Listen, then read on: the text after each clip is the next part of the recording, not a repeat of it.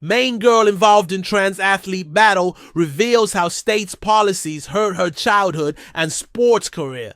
The defeat that comes with that in that moment is heartbreaking. Cassidy Carlisle was in 7th grade, she said, when had to change. In the same locker room as a transgender student, during a gym class at Presque Isle Middle School in northern Maine 6 years ago, she said. She walked into the locker room to find a biological male who would change with her and other girls. She alleges she was told by administrators that if she tried to avoid changing with a trans student, she would risk being late to class.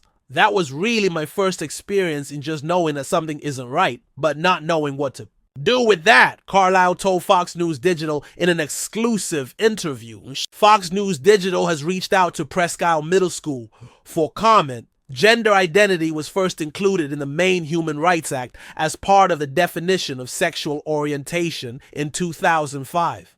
In 2021, the law was amended to add gender identity as its own protected class, joining other protected classes such as sex, sexual orientation, disability, race, color, and religion. The law specifically says that denying a person equal opportunity in athletic programs is education discrimination. The transgender student was only in the girls' locker room for about a week, Carlisle claims, before mysteriously vanishing. But the memory of the experience stuck with her. The memory especially stuck with her in her junior year of high school when she found out she would be competing with a trans athlete on the state Nordic skiing team. It was an athlete with whom she was familiar. She had already lost to the trans athlete in cross-country competitions in previous years. When her father told her she would have to face the athlete again in skiing, Carlisle didn't believe it was happening. I was like, oh, that's only something I kind of hear about on the news.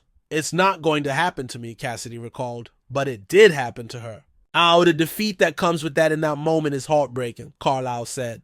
I'm just in shock in a way. I didn't believe it. I didn't think it was happening to me. As a child, Carlisle quit her co-ed hockey team specifically because she felt she couldn't keep up with the boys. Then, even after committing to a girls-only sport, she couldn't escape the physical disadvantage that came with facing biological males. On top of the anxiety of the situation, Carlisle felt like she couldn't speak out about it. I stayed silent for a while, Carlisle said. It's very hard to speak up if you don't have a platform to do it on. Backlash is a huge thing. I'm a high school student. No high school student wants to be hurt or yelled at or said mean comments by people. And the reality of it, with the state that I live in, that could very much happen. What she could do was vote in the November election. As a first-time voter, she cast her ballot with the issue of trans athletes in girls' sports at the forefront. A national exit poll conducted by the Concerned Women for America Legislative Action Committee found that 70% of moderate voters saw the issue of Donald Trump's opposition to transgender boys and men playing girls and women's sports, and of transgender boys and men using girls and women's bathrooms as important to them. And 6% said it was the most important issue of all, while 44% said it was very important.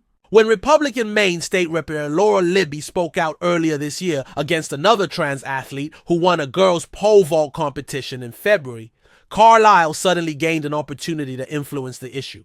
Libby's social media post identifying the trans athlete thrust the entire state into an ongoing culture war. It became ground zero for a national battle over the issue waged by the Trump administration against several Democrat-controlled states like Maine after Trump signed an executive order to address the issue. February 5. All of a sudden, thousands of people in Maine were speaking out against the state's laws that enabled trans inclusion in girls' sports and locker rooms, all with the backing of the president. So Carlisle joined in. On February 27, Carlisle made a trip to the White House with several other current and former female athletes who have been affected by trans inclusion, including Peyton McNabb and Selena Soule.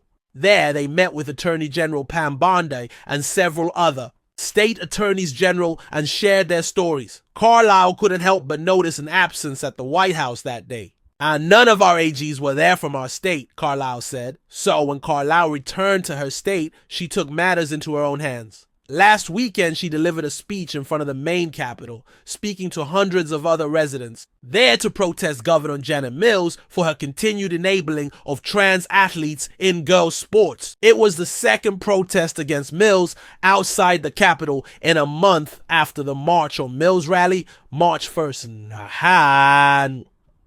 The Trump administration is taking aggressive measures to get the state to adhere to the wishes of Carlisle and other residents who want females protected from trans inclusion. On March 17, the Health and Human Services Office of Civil Rights, OCR, announced that it found the Maine Department of Education, the Maine Principals Association, and Greeley High School in violation of Title IX for continuing to enable trans inclusion in girls' sports.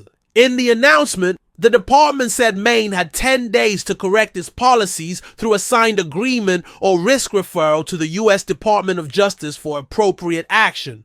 Trump has already shown a willingness to cut federal funding to enforce these policies. He paused $175 million in funding to the University of Pennsylvania and temporarily paused funding to the University of Maine system last week until a review had found the system was in full compliance with Trump's orders. The deadline for the rest of Maine to comply is coming up within the week. I really hope that Maine complies because our schools need the federal funding. And we can't risk losing that, Carlisle said.